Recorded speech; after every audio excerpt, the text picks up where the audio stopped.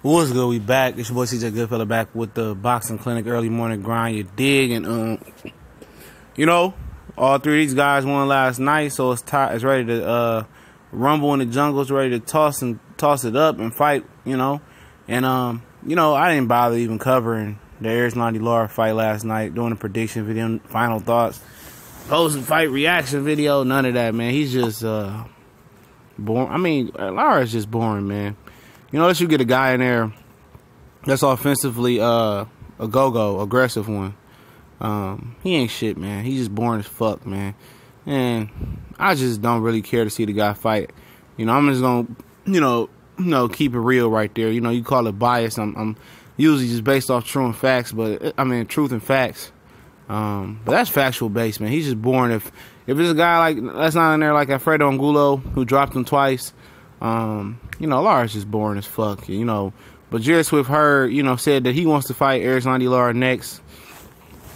He just fought a southpaw. He said might as well keep it going and fight another southpaw. You know, Jermell Charlo said he want Jarrett Hurd next. He kind of exit off of, you know, fighting Erislandy Lara. Erislandy Lara, you know, used to train with Jermell Charlo before he went to Derek James. And we talk about that fight first. You know, Jermell Charlo had issues cutting the ring off on John Jackson. And Deontay Wilder brought that up. He said that's the reason I picked Lubin, because of how, you know, Julian Jackson, son John Jackson fought. He said he lost that fight if, you know, but he didn't lose the fight. He found a way to win. They said if he didn't turn and do that dumb shit, it wasn't the fact that, you know, John Jackson turned. John Jackson got hit. And that's the reason why he turned. People just act like he turned out of no reason. He got hit. He wanted to really drop. His body froze up and locked up, and that's why he turned. And then Charlo finished him off. They always trying to detract to take away from somebody's victory. You know what I'm saying? He said that's the reason I picked Erickson Lubin. How can you compare Erickson Lubin to a guy like how John Jackson fought? John Jackson moved. Erickson Lubin, he ain't got them type of skills that, or he don't got that type of skill level yet to be moving like that.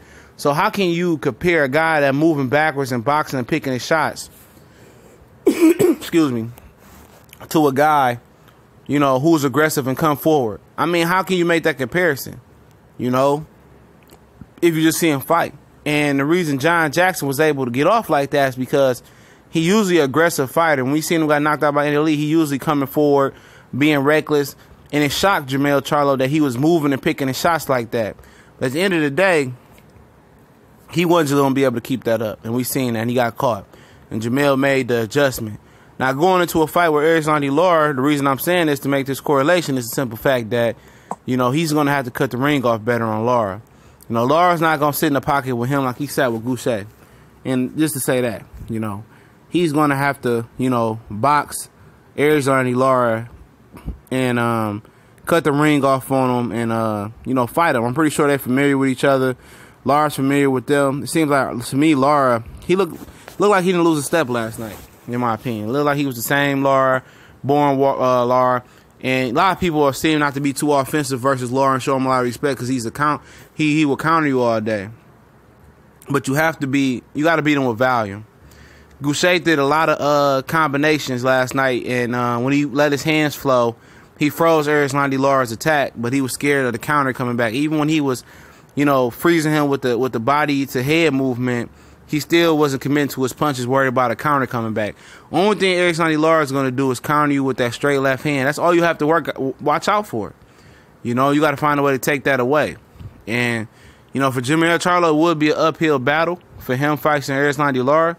But at the end of the day, why would you? I mean, why would you face Erislandy Lara, to be honest? He's boring as fuck. He don't bring no money. You know, he looking for a big fight. I mean, you got clout. You the most recognizable guy in the division. And people will say, "Oh, you promoting ducking?" I'm not promoting ducking. I mean, what does Lara bring you? He don't bring you a lot of fanfare. He don't bring a fan base. I mean, who gives? I mean, I just don't care to watch Lara, but it'll be a good fight. I think Jermell can beat him with the right game plan by Derek James. I think that he becoming more aggressive. He's seeing the shots before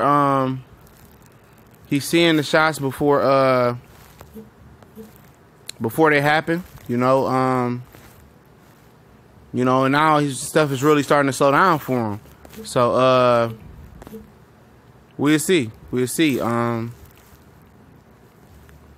at the end of the day, you know, I'd rather see, you know, Swift Hurd and Erislandy. I'd rather see Swift Hurd and Jermell Charlo first. Let's keep it 100. That's the fight I want to see. But, you know, Swift Hurd, he got the right style to beat Lara, but he's not, his feet work at cutting the ring off is going to be an issue. And I think he needs to pick up the volume punching quicker on Lara. It could be some type of a Fredo and Gulo type of fight with Hurd. Hurd just got to be better at his footwork and cutting the ring off and with his volume. And if he's be able to be a volume puncher, I think he can get Erislandy Lara and work the body some more. He's got to continue to improve. He has the style to beat Lara. He just got to pick up the volume. And the footwork will be the key to picking up the volume or going to the body to slow Lara down, you know. But, you know, Lara still might be the most talented guy in the division, the most talented and experienced guy in the division. You know, it'll be hard to bet against either one of these guys. But at the end of the day, I mean, he's really irrelevant amongst the fans. He put guys to sleep. As soon as he started fighting last night, the whole arena cleared out. So, I mean, you know, both of these guys fighting Lara just be for legitimacy and respect amongst their peers. And it'll be legitimacy amongst the hardcore fans as well. So we'll see how what happens, how it goes down. Which one of these guys will fight Lara? Will they fight each other in Jermell and Swift Hurd? And I'm down for any of these fights, you know, just to make the 154-pound division great again, and we get one champion, and all these guys are starting to fight each other. They was on the same card tonight. And we see how it goes. But shout out to Goucher, you know, trying hard yesterday. Shout out to Erickson Lubin. Hopefully he can bounce back. And shout out to Austin Trout for pouring his heart in the ring and boxing great, just getting tired down the stretch. Hurd is just a load physically. You know, physical strength, he's just a load. And he's hard to beat, you know, as far as, you know, he's just hard to beat because he's a workhorse. He comes on late. But it's your boy CJ Goodfella. We out.